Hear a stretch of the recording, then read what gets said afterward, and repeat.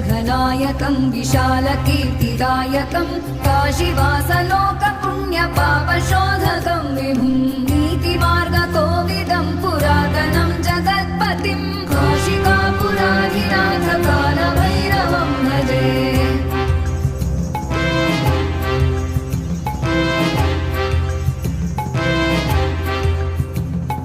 कालभैरवाष्टकं पठन्